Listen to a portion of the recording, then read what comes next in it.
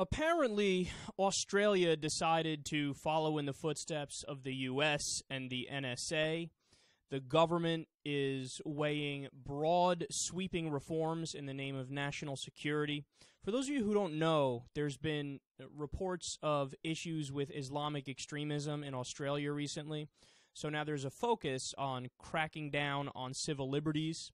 Think Progress reports, quote, "The Australian government is primed to give the nation's spy agency unfettered access to citizens' computer networks and potentially put journalists in jail thanks to drafted national security reform laws passed by the country's Senate on Thursday."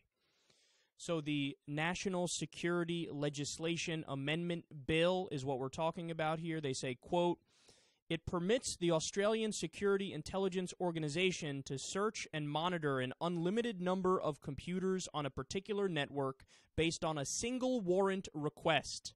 Journalists, bloggers, and government whistleblowers could also spend up to 10 years in prison for revealing details of intelligence operations." So, understand something. This is even more extreme than the NSA in the United States of America. Now, the House of Representatives has not passed this yet. They vote on it next week. We'll see how it goes. And just to make a comparison here, what this law would do, it's the equivalent of saying, not only are we going to lock up, if there's an Australian Edward Snowden that, talks about, hey, man, I see how you're doing the spying, and the spying is fucked up because you're violating people's privacy rights with no actual reason.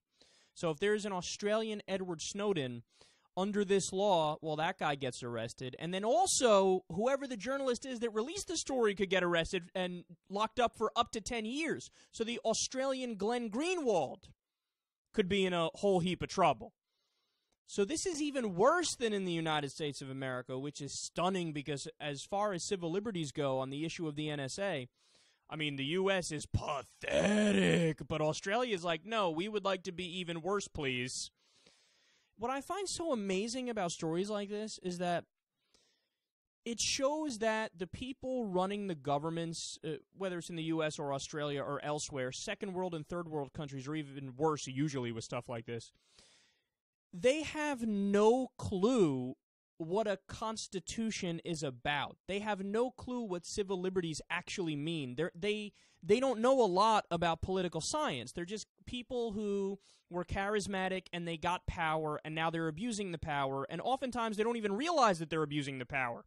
So what am I saying here, or what can I use to back this up? Well, it's the whole idea of give me liberty or give me death. It's the idea that when you have a constitution or a Bill of Rights or civil liberties that are laid out in terms of this is what the people get, those things are concrete. Those things are supposed to be absolutely, positively, 100% not debatable, off the table. How dare you even bring it up? If you bring it up, you're an idiot and you're un-American, or in this case, un-Australian. Okay? But now we've gotten to a point where the lines are totally blurred, and people, they don't learn civics and they don't learn history well, so they don't know. They think everything is open to discussion and debate on the issue of, well, if we're safer, if I feel even a little bit safer by us spying on everybody's fucking porn habits like we do in America, well, then fine, go ahead and look at my porn habits. It's totally cool. Oh, you saw that I once ordered drugs online. Well, I guess you got to lock me up for 5 years now because you were illegally searching me. I mean, the founders had many flaws. This is one area where they did not have a flaw, okay? They were very, very clear. In fact, it's kind of scary. If you go back and you read the Fourth Amendment word for word, it's almost like they were able to see that the NSA would exist in the future and they were warning against it abusing its power. Okay, you're supposed to have protection from unreasonable searches and seizures. And the idea that you default to, we're going to search everything no matter what, or use one warrant for all these computer networks, or the idea that, the First Amendment, freedom of the press, that you lock somebody up because they did their job? So what do you want? You want a press that has to walk on pins and needles and only report on things that the state is going to approve of? But then it's not a free press. Then it's the opposite of a free press. How do you not see that?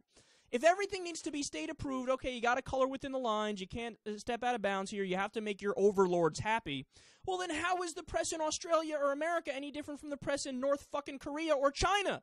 Seriously.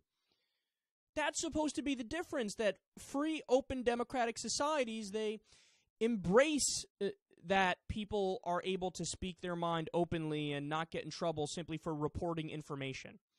But now we're moving backwards, not only in the United States with the NSA being totally out of hand, but now also in Australia, and in some ways this is worse. So we'll see if it passes, but if it does pass, is it a tough situation for the people of Australia.